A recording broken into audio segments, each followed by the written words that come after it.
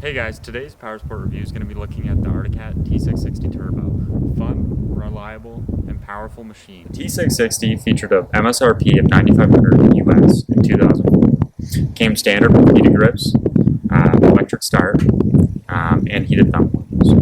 Now the 660 Suzuki motor was hyper popular as a 3-cylinder, actually because it came out of the automotive industry. That being said, it's heavily reliable. It's not uncommon to see these things reach 25,000 miles.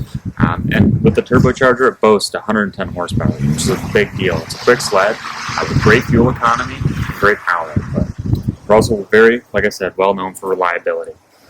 Now coming a little bit closer, under the hood, these sleds are easily serviceable.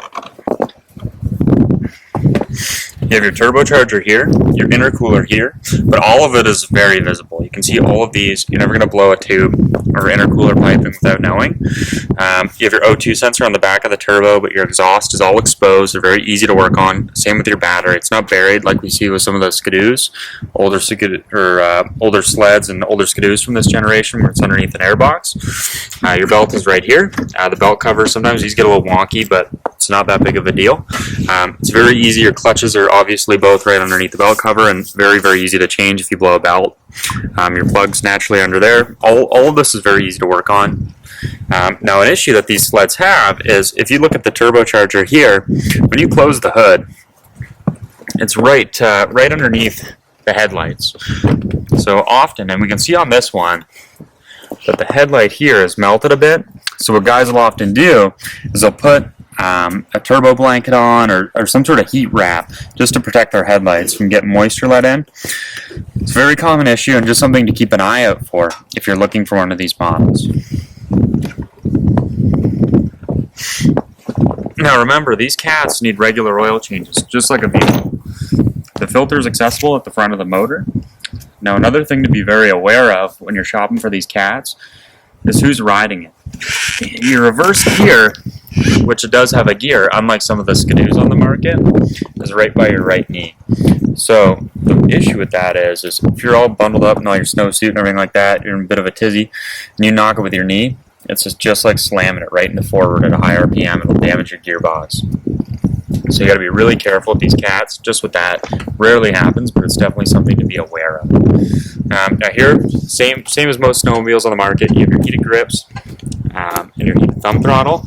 Now the ST models, because it came in a trail, an ST, and then just a T660 model. The STs come with this curled grip right here. It's very common. It's a little bit of a sportier look. Some guys really like it. Some guys are neutral. Now here, pop that open. Big thing to remember is when you're priming these sleds, you'll hear the fuel pump go. You also have a reverse beeper, which can get annoying, but it's easy to disconnect if you don't want it. Once you hear the fuel pump go off,